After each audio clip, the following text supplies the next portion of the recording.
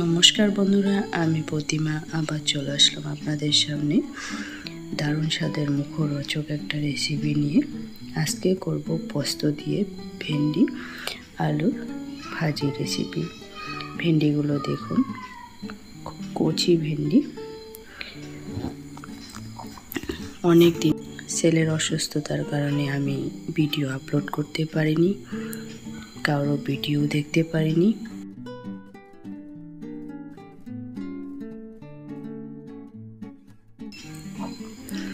রেসিপির জন্য ভেন্ডিগুলো কেটে নিচ্ছি। ভেন্ডিগুলো আমি একই সাইজ করে সবগুলো ভেন্ডি আমি কেটে নিচ্ছি। যারা ভেন্ডি খেতে পছন্দ করে না, ভেন্ডি আলু ভাজি এভাবে করলে ছোট থেকে বড় সবাই কিন্তু তৃপ্তি করে খাবে। দেখুন, ভেন্ডিগুলো এরকম সাইজ করে আমি ছোট ছোট করে কেটে নিচ্ছি। সবগুলো ভেন্ডি আমি একই সাইজ করে কেটে তুলে নিচ্ছি। ভেন্ডিগুলো কিন্তু প্রথমে আমি ধুয়ে নিয়েছি।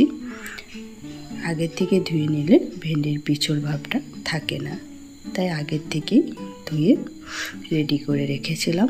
এবার আলু দুটোকেও আমি এভাবে কেটে নিচ্ছি। আলুগুলো আমি ছোট ছোট সাইজ করে কেটে নিচ্ছি।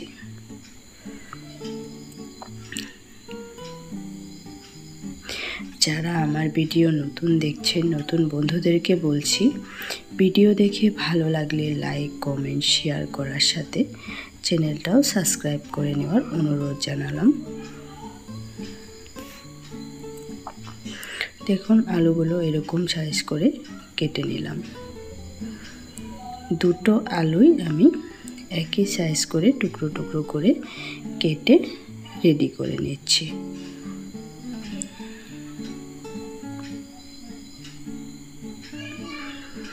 দেখুন, আলুগুলো এরকম সাইজ করে কেটেছি আর ভেন্ডিগুলো এরকম। ভেন্ডিগুলো কিন্তু খুব কচি আর টাটকা ভেন্ডি। এবার একটা কড়াই নিয়ে নিলাম। কড়াইয়ের মধ্যে দিয়ে দিলাম তেল। তেলটা গরম হয়ে এসেছে, এর মধ্যে আমি দুটো শুকনো লঙ্কা দিয়ে দিলাম। শুকনো লঙ্কাটা একটু নাড়াচাড়া করে ভেজে নিচ্ছি। শুকনো লঙ্কাটা ভেজে নেওয়ার পর এর মধ্যে আমি ফোড়নে দিব কালো জিরে। 1 চা চামচ কালো জিরে অ্যাড করে দিলাম। কালো জিরেটা ফোড়ন হয়ে আসলে প্রথমে আলুগুলোকে দিব। আলুগুলোকে দিয়ে একটু ভেজে নিতে হবে। ভেন্ডি তো খুব নরম, তাই আলুগুলো প্রথমে দিচ্ছি।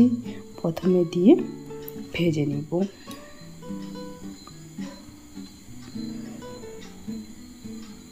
ভেন্ডি আলু এরকমভাবে ভাজি করলে ভাত, রুটি, পরোটা সব কিছুর সঙ্গেই খেতে কিন্তু দারুণ লাগে।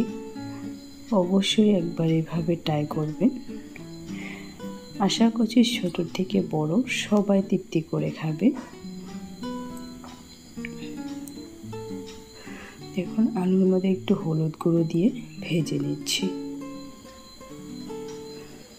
আলুটা কিছু সময় নাড়াচাড়া করে ভেজে নেওয়ার পর এর মধ্যে আমি 2-3টে কাঁচা লঙ্কা কেটে অ্যাড করে দিলাম। ঝাল আপনারা আপনাদের স্বাদ অনুযায়ী দিবেন। এবার কালারের জন্য আমি কাশ্মীর লাল লঙ্কার গুঁড়ো 1/2 চা চামচ অ্যাড করলাম। কালারটা দারুণ আসবে। লঙ্কার গুঁড়োটা দিয়ে ভালোভাবে আলুর সঙ্গে মিশিয়ে দিচ্ছি। দেখুন, কালারটা কতটা দারুণ চলে এসেছে। এবার অ্যাড করব ভেন্ডিগুলো।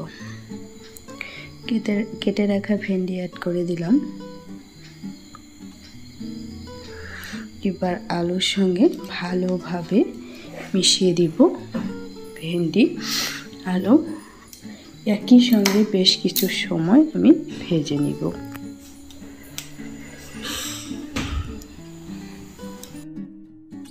লবণটা কিন্তু আমি পরে অ্যাড করব। দেখুন নাড়াচাড়া করে কিন্তু আমি বেশ কিছু সময় ভেন্ডি আর আলু ভেজে নিলাম।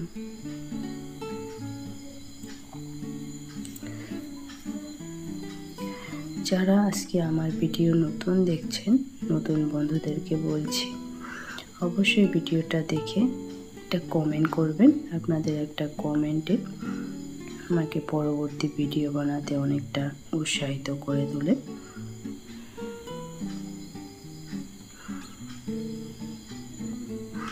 দেখুন কথা বলতে বলতে ভেন্ডি আর আলু খুব সুন্দর করে ভেজে নিয়েছি। কালারটা দেখুন কতটা দারুণ চলে এসেছে, আর ভেন্ডিগুলো কিন্তু একটাও ভেঙে যায়নি, দেখেই বোঝা যাচ্ছে কতটা লোভনীয় হয়েছে।